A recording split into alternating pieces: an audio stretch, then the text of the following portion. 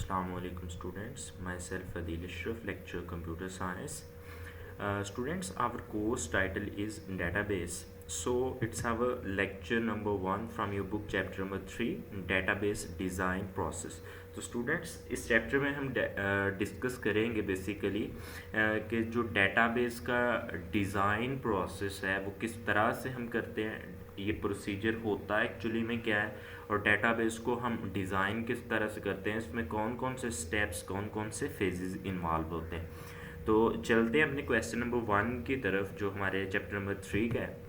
तो question number 1 आपकी book में कुछ यूँ है, डिस्क्राइब डिफरेंट स्टेप्स इन्वॉल्व्ड इन analysis stage while designing database. वो कहता है कि डेटाबेस को डिज़ाइन करते हुए एनालिसिस स्टेज जो होता है, जो वेरी फर्स्ट स्टेज होता है डेटाबेस डिज़ाइन प्रोसेस का, उसको एनालिसिस फेज़ को कहते क्या हैं आप लोग, और उसमें कौन कौन से स्टेप्स इन्वॉल्व होते हैं। एक तो ये क्वेश्चन इस तरह से आपको आ सकता है पेपर में, या इस तरह से भी ये क्वेश्चन आ सकता है आपको कि define the term analysis, also discuss the following terms: feasibility study, requirement analysis, project planning and data analysis. Students ये बात याद रखिएगा कि ये जो 4 स्टेप्स हैं, feasibility study, requirement analysis, project planning, data analysis, ये एनालिसिस के आगे फर्दर स्टेप्स हैं। यानी कि एनालिसिस स्टेज को कंप्लीट करने के लिए जिन स्टेप्स को कंप्लीट करना होता है वो ये 4 स्टेप्स हैं। तो देखते हैं कि हमारे पास एक्चुअली में एनालिसिस होता क्या। अब स्टूडेंट्स डेफिनेटली आपको कोई भी डेटाबेस डिज़ाइन करने को कोई कस्टमर कहता है, आपके ऑर्गेनाइजेशन आपके सॉफ्टवेयर हाउस को एक प्रोजेक्ट मिलता है कि आपको ये डेटाबेस को क्या करना है, डिज़ाइन करना है, ये डेटाबेस को डिवेल्प करना है। तो डिज़ाइन प्रोसेस में सबसे पहले आप क्या करोगे, एनालिसिस करोगे। एनालिसिस अब किस चीज़ का करना है स्टूडेंट्स, आपने अपने प्रोजेक्ट अपने सॉफ्टवेयर से मिलते जुलते प्रोजेक्ट सॉफ्टवेयर जो एग्जिस्टिंग होंगे, जो प्रीवियस सॉफ्टवेयर जो सिस्टम्स होंगे, जो डेटाबेस डिज़ाइन होंगे, उनको आपने क्या करना है, देखना है, केयरफुली परखना है। आपने क्या करना है, आपने देखना है कि जो प्रीवियस डिवेल्प्ड सिस्टम है उसमें कौन कौन सी चीज़ें, कौन कौन से मॉड्यूल, कौन कौन से फेजेस इस्तेमाल किए हुए हैं, और आपने उसको किस तरह से मॉडिफाई करना है। देखिएगा, the process of studying the existing system in detail is called analysis of the system. यानी कि जो भी आपके पास कोई प्रीवियस सिस्टम है उसको आपने क्या करना है, डिटेल के साथ स्टडी करना है, तो वो आपके पास क्या होगा, एनालिसिस होगा। The existing system must be studied carefully before designing a new system or to modify the existing system. अब देखिएगा कि आपने एग्जिस्टिंग सिस्टम को केयरफुली स्टडी करना है 2 पर्पज़ के लिए। एक तो आप क्या करना चाह रहे हैं, कोई न्यू सिस्टम डिज़ाइन, कोई न्यू सिस्टम डेवलप करना चाह रहे हैं, या आप कोई नए उसी पुराने सिस्टम को मॉडिफाई करना चाह रहे हैं। अब देखिएगा वही जो 4 स्टेप्स मैंने आपको बताए कि several steps are involved at analysis stage while designing the database. जब आप डेटाबेस को डिज़ाइन कर रहे होते हैं तो एनालिसिस स्टेज में ये फर्दर आगे स्टेप्स जो हैं वो इन्वॉल्व होते हैं, ये फेजेस होते हैं। देखते हैं जी, सबसे पहले एनालिसिस स्टेज में हमारे पास है फिजिबिलिटी स्टडी। अब स्टूडेंट्स जैसा कि इस टर्म से ही जाहिर है कि फिजिबिलिटी का मतलब क्या होता है, पॉसिबिलिटी। पॉसिबिलिटी किसी सिस्टम को डिवेल्प करने की। सबसे पहले तो आपने एक चीज़ देखनी है कि जो भी सिस्टम आपको डिज़ाइन करने को कहा जा रहा है डेटाबेस का, आप उस चीज़ को देखें कि आया कि ये आपके पास पॉसिबल है डिज़ाइन करना इसको, और ये एक्सेप्टेबल है आपकी ऑर्गेनाइजेशन के लिए। यानी कि जो बेसिक जो प्राइमरी इन्वेस्टिगेशन आप लोग करते हो उसको फिजिबिलिटी स्टडी बोलते हैं। अब इस फिजिबिलिटी स्टडी स्टेप के अंदर आप इसमें फाइनेंशियल, पॉलिटिकल, टेक्निकल और टाइम फ्रेम पॉसिबिलिटीज़ भी देखते हो जो एक सिस्टम के लिए ज़रूरी होती हैं। देखिएगा, the word feasibility means possibility, यानी कि उस सिस्टम को डिवेल्प करना, डिज़ाइन करना पॉसिबल भी है या नहीं है, और इसको हम प्राइमरी इन्वेस्टिगेशन भी बोलते हैं। जो वेरी बेसिक इन्वेस्टिगेशन होती है किसी भी सिस्टम के लिए, वो हम किस में करते हैं, फिजिबिलिटी स्टडी करते हैं। अब इसमें कौन कौन से स्टेप्स इन्वॉल्व होते हैं स्टूडेंट्स, इसमें financial, political, technical and time frame feasibility. और एक बात याद रखिएगा, किसी भी सॉफ्टवेयर को डिवेल्प करते हुए जो बेसिक मेजर चीज़ देखी जाती है वो टाइम फ्रेम देखा जाता है कि आपने कितने टाइम में कौन सी चीज़ डिवेल्प करके देनी है।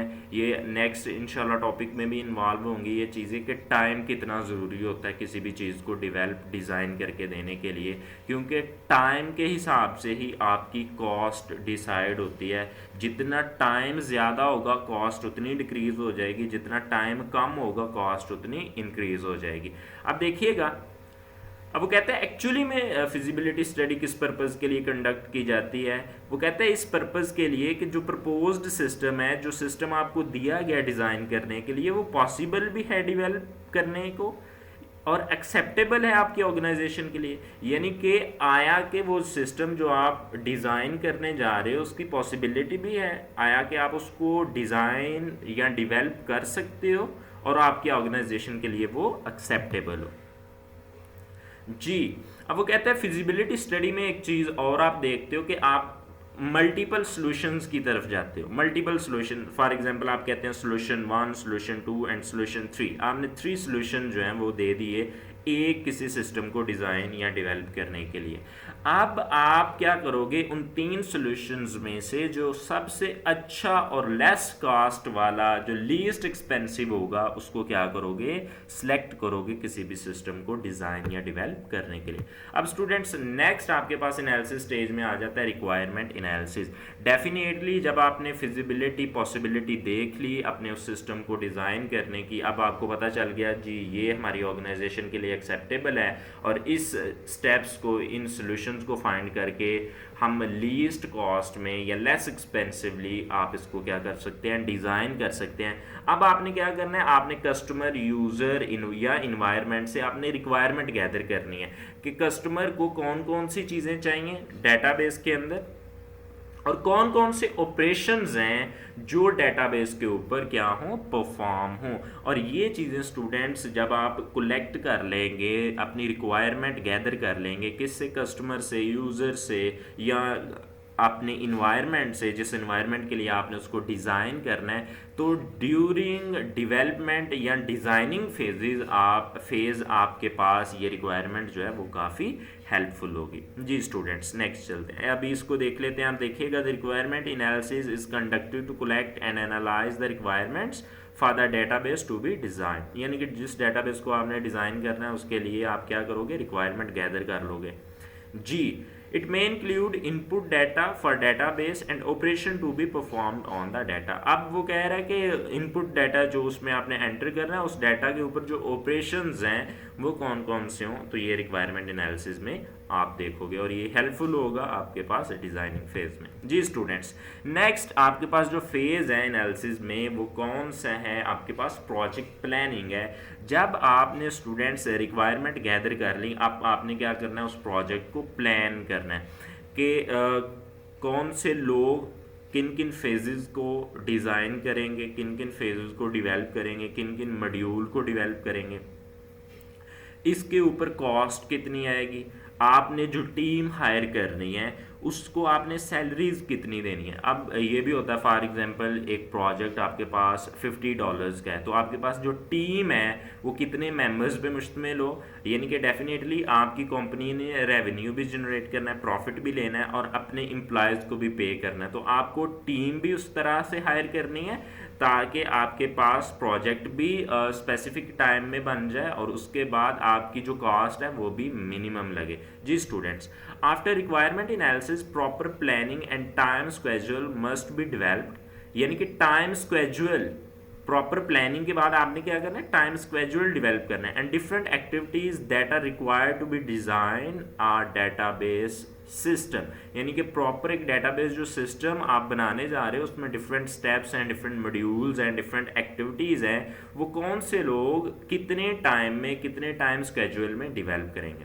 अब स्टूडेंट्स देखिएगा, all cost factors are also taken into consideration. यानी कि जो आपके पास कॉस्ट फैक्टर्स हैं, जितनी भी तरह, वो हार्डवेयर की हो, सॉफ्टवेयर की हो, वो किसी भी तरह की कॉस्ट हो जो उस सॉफ्टवेयर को, उस प्रोजेक्ट को डेवलप करने, डिज़ाइन करने पे आपकी लग रही है, उन तमाम कॉस्ट फैक्टर्स को आपने कंसिडर करना है, मलहूज़ खातिर रखना है। जी स्टूडेंट्स, देखिएगा कॉस्ट फैक्टर कौन कौन से हैं। आपके पास सैलरीज है आपके टीम मेंबर की,